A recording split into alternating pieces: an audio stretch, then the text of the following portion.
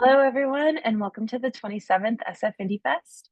This festival will be taking place February 6th through 18th at the Historic Roxy Theater in San Francisco, as well as virtually in your computer screens. So, thank you to all of our audience members who are tuning in, and a huge thank you to all the filmmakers that are showing up today for our Local Focus Shorts program.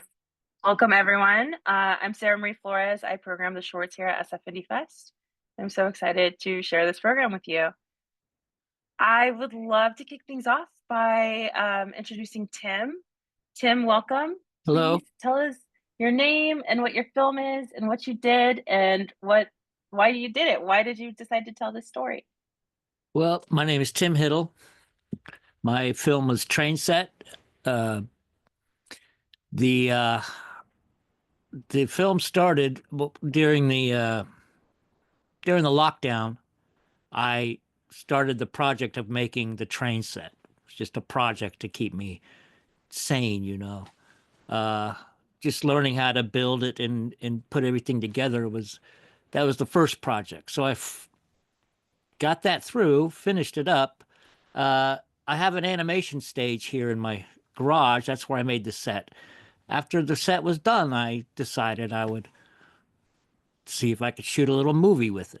So the set was not made for a movie. The set was made to as a ongoing project. And then afterwards, since I'm all set up for animation, I decided to shoot a movie with it. Started with one shot and just kept going, uh, adapting the character and the props to the set that was already there. It's very cool. And is this your studio behind Yes. you? Wow, what a fun space to get to work in. Thank you It's, so much for sharing. you're welcome. Thanks. Um, Hi, Chris and Brian. Thank you so much for joining us. Please introduce yourselves. Tell us what your film is, what you did, and why you did it. Thanks. What up? I'm Chris Yan, the director of Suburban Story. I'm Brian Kennedy, the director of photography. And Suburban Story came from, like my upbringing was here in the suburbs. It was in a very nice environment, but then for some strange reason, because of my father, I witnessed a lot of crime. My father was a person who he did a lot of bad things for the right reasons to raise me. So his purpose was to raise me. So it kind of showed me from a young age the gray area of morality. And with Suburban Story, I was trying to capture that and tell that story through like kind of the lens that I lived through. So yeah, that's what Suburban Story is kind of about. Awesome. Thank you so much for joining us. I'm going to jump over to Sam. Sam, welcome. Please introduce yourself. Tell us what film you're here with, what you did, and why you did it. Thank you. Yeah, thanks so much for having us. Yeah, Which having me. I think. Sam, me, Oh yeah, or Sam sorry. Hyatt? Oh, so Good- sorry. good So call. sorry. Sam Hyatt. Thanks. So yeah, so my film was Apology. My name's Sam Hyatt. I wrote and directed Apology. I'm based down in San Jose, and the kind of nexus of that project, it's obviously kind of a silly film and shot really simply. So my plan with that was actually just to make it kind of like a directing exercise.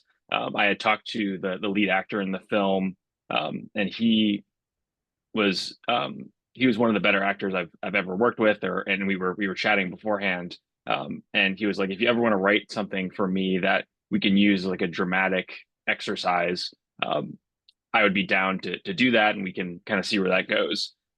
So I talked to him and I said, that's a great idea. About a week after our conversation, I wrote something and I went to him and I'm basically like, I wrote something. It's not a drama, but I think if it's acted really dramatically, it could come out really well as a comedy. And so he loved the idea, and then we got a couple other people on board, and the idea was just to try to shoot it as simply but cleanly as possible. The whole crew for that film was 6 people, so I was pretty happy with what we were able to achieve in our DP's apartment in kind of like an evening. So yeah, that's Apology. Cool. Thank you so much. Now, jumping over to Sam Mooney. Welcome. Please introduce yourself. Tell us about your film. Hi, as stated, I'm Sam Mooney. Thank you so much for having me. The film festival this year that is called Nocturnals Anonymous. My main inspiration for it kind of just came from in film school, we were given the opportunity to direct something that had something of a premise. The whole idea that my professor said was you can have it be about, anything. The only caveat is one, it has to be 7 minutes, and two, it has to have some kind of message. It has to have some kind of point. It has to have some kind of reason for existing. Given something close to home, I wanted to do something that kind of I see every day. In San Francisco, we have a pretty serious homeless crisis. We have people kind of just like living out of the street for months or years at a time. And a lot of them are kids. A lot of them are people under the age of like 18, people who should be in school, people who should be, they should have parents, someone taking care of them.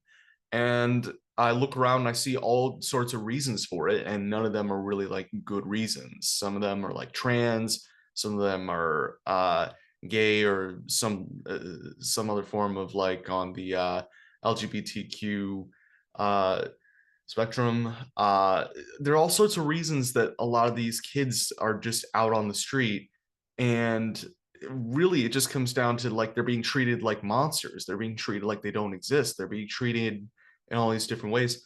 And it kind of brought me back to how, I felt as a child. I was like not in the most stable household a lot of times.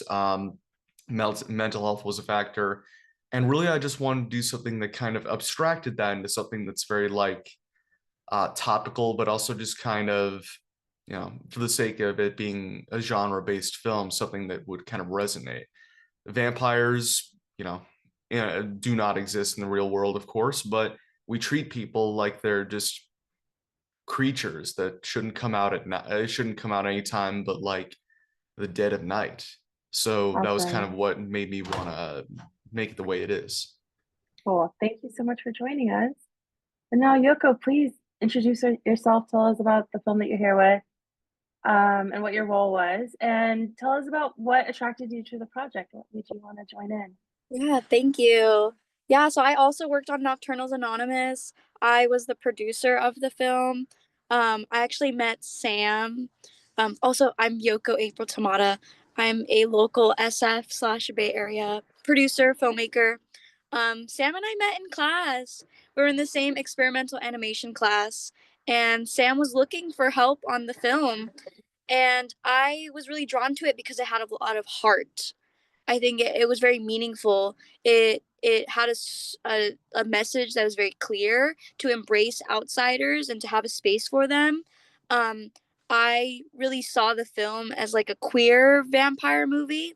As a queer person myself, I was really excited to be a part of like a film that was for outsiders, that was for people who liked punk music, that was for people who felt ostracized. So I was really happy to meet Sam and to be like to have an opportunity to make something that had so much meaning and would impact so many different communities. That's awesome. What school were you going to? Where did you meet? We met at San Francisco State. Shout out San Francisco. Great program. Thank you so much. I would love to jump back over to Tim. Tim, I would love you to just talk about your kind of journey into animation. I know you said that a lot of this started off as kind of a way to fill the time during COVID, but like, how did you approach animation as kind of an art form and release? And what was that like for you in your filmmaking journey? Well, I started doing stop motion animation when I was a teenager years ago. I started with Super 8 film and just kind of taught myself how to shoot one frame at a time. And stop motion was the best, cheapest way to do that, and the easiest way. All you need is a tabletop and a camera and a lot of time and dedication, and that's how I got started. And I just kept doing it. I got a job in the late 80s out here in Sausalito with Art Clokey doing Gumby. And since then, one job led to another, and then everything turned digital, and I worked at Pixar for a time, but I've always loved stop motion. I just love the stop motion. I still do it. This film, Train Set, was the most enjoyable thing I ever worked on because I was just doing it for the pleasure. It's kind of meditative, you know, and it's I just love the process of stop motion. And this film was, you know, I'm working within the limits of a small set, and even the set I built, I didn't have any ideas to making a film with it. But once it was done, I just wanted to keep going, and I love doing stop motion. So it was just a pleasure to shoot one shot, keep going, keep going. I built just front from beginning to end. I shot in sequence, just enjoying myself as I went. And then I handed it off when I was finished with the visual. I handed off the visuals to my cousin, who put the music on, and that just elevated it immensely. That's so fun. I don't think we often give San Francisco and the Bay Area enough credit for how instrumental it has been, especially with, you know, the stop motion space. You know, you got to work on Gumby there. Obviously Pixar is so known for its digital, but a lot of, I think that the roots of Pixar come from this animation tradition. Obviously, you know, we had Henry Selick from the Bay Yeah. Area who did some of the most incredible stop motion work in the entire industry. So I it's worked really on cool. I worked on Nightmare, and I worked on Did you? oh yeah, I worked on Nightmare Yeah, Before that's Christmas, cool. James and the Giant Peach, and it was a great time. Yeah, there's a great stop motion community here in those days that made Nightmare and James and the Giant Peach, and then everything started to shift. Yeah. Once It's once Jurassic Park came out, and those dinosaurs were so beautiful, there was no more need. You know, stop motion dinosaurs were no longer necessary. The technology changed, everything changed, but there was a I very think beautiful core community of stop mo in those days. there is, I think, a very big kind of resurgence right now. Mhm. Throughout, like, the creative communities in Hollywood are talking about bringing back practical effects. Yes. I just, you know, the filmmaker Zelda Williams made a film called Lisa Frankenstein last year where she got to actually do her own puppetry and animation. So hopefully we'll bring it back. But thank you so much for continuing the tradition and sharing your film with us. Thank you. Chris and Brian, I would love to. I'm going to throw out a question and then you two decide how you want to answer. But there's so much propulsive movement in your film that like builds the story. So can you two talk about your collaboration and approach to the visual style of your film?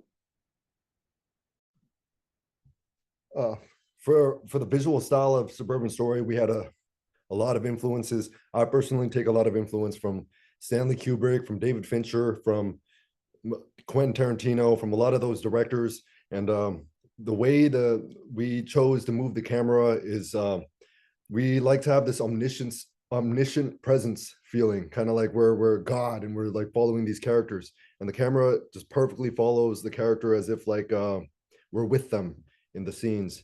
And when it comes to the camera operation, Brian has pushed really hard to, you know, make my innovative visions come to life. So yeah, when it comes to the camera dynamics, we are extremely synergistic in the sense that we both really love to feel like we're in it with the characters, and we love every single camera movement to be super motivated and not exactly flashy, but just really just a spectacle to witness, where like you're all over the place, yet everything is perfectly in frame. Everything's like just beautiful. And it's been really fun to push my own progress, like in terms of what I see when I'm behind the camera and what I can do, what's possible. There's so many different shots that were not possible without some crazy rig or something like a while ago now. And the way we go about things is that everything is intentional. So like, I don't like how in a lot of like, for a lot of the way they teach filmmaking in film schools and a lot of the things, you know, tripods and cutting is the default. But in a way that sometimes that's not the most effective way. Sometimes it's better to keep the shot going. Sometimes it's better to move the camera with the characters. Sometimes it's better to, you know, every cut should be intentional, and every time the camera stays still, that should be intentional, as well as the movements. Everything has to be intentional. So that's kind of the mentality we have when we go into filmmaking. Awesome. Well, thank you so much for sharing.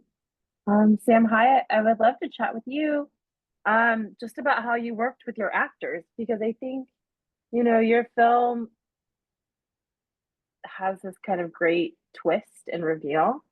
So like, how did you work with your actors to kind of really keep them focused towards that like eventual shift and stay in character and make that feel very motivated?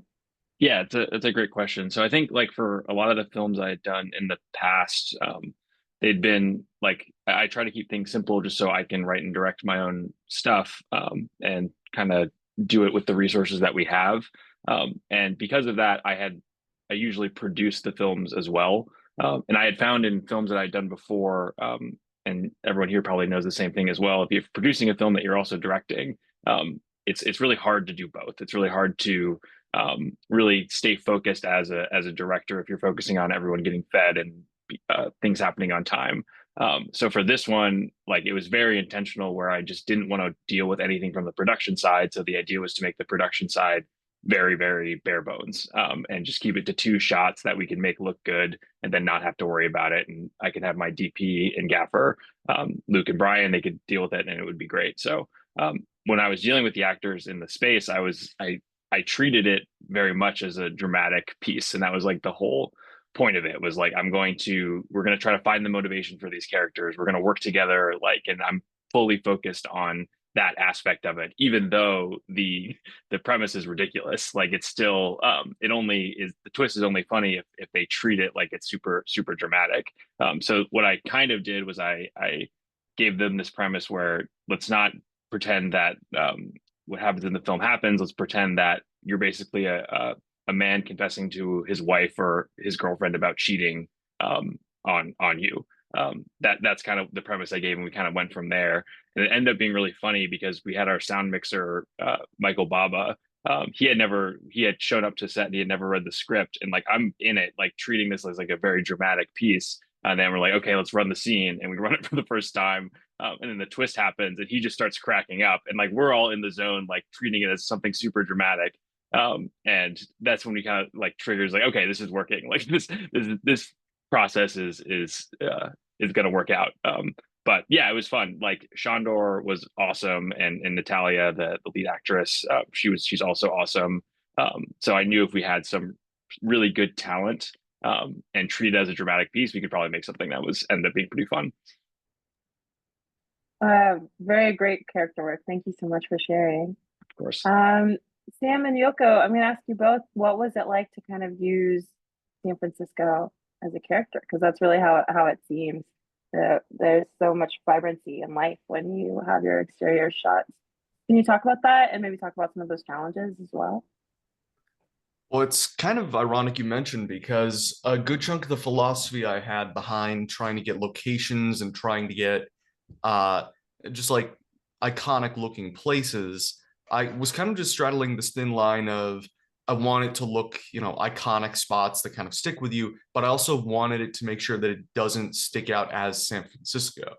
Because given the subject matter, the fact that it's about this kid who gets kicked out of his house and he's lived on the streets now, it could be any major city. Like, I want people to look at this and not knowing where it's from, they could just be like, this could be New York, this could be like Seattle. And in fact, in my mind, I actually had it envisioned as Seattle.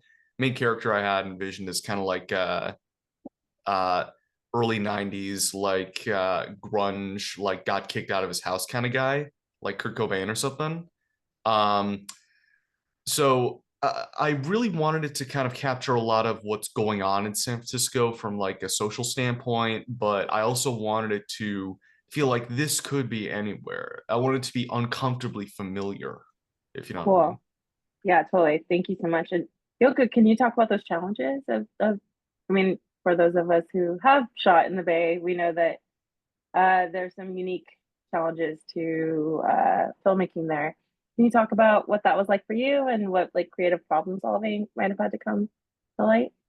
Yes, I love talking about the locations in this film because if you're familiar with San Francisco, you watch the film and you're like, oh my gosh, this is Ingleside, this is Noe Valley, this is Daly City BART, and I think that's really like that resonates with a lot of San Francisco filmmakers or people in general. But yeah, like Sam said, Seattle was kind of the vision we were looking for. We wanted it to be gloomy, we wanted it to be cold, we wanted it to feel like a little bit darker in color. But getting these locations, it was really important for us to kind of maintain that look of like urban city, gloomy, cold, outsider feel. But it was really fun to lock down these locations. It was a lot of like guerrilla filmmaking, I will say. Guerrilla filmmaking is like what made this happen. It would have been very expensive and very difficult to get permits. And so we were very like, we had safety procedures. We were like prepped on every situation if anything arose, if we were disturbed. But God bless, nothing went wrong. But it was very beautiful to shoot outside on Mission Street and on where the M line is in Ingleside. I will say it took a lot of community collaboration. I reached out to a lot of local businesses, a lot of local organizations, and was like, can we shoot in your liquor store? Can we shoot in your nonprofit space? And they were so down and so supportive. And like a lot of us have lived in the neighborhoods that we shot in. And so that meant a lot to our cast and crew. Oh, that's so sweet. I will say, I think I kept my like San Francisco City College note. That's like, I am a film student. I might be filming out here. Please don't take my stuff away or arrest me. It's such a fun thing. I think in other cities, especially I'm based in LA, they don't play around. Nobody's like out of the kindness of their heart will they let you use their locations. And I think that that's just a testament to how amazing the Bay Area community is, and really embracing folks having access to making art there. So that's very cool. Well, everyone, that's all the time we have today for our Q&A. Thank you so much to our audience for showing up and giving us your money and your eyeballs. We couldn't do it without you. And a huge thank you to our filmmakers for showing up and sharing our art. So thank you, everybody. Thank you so much.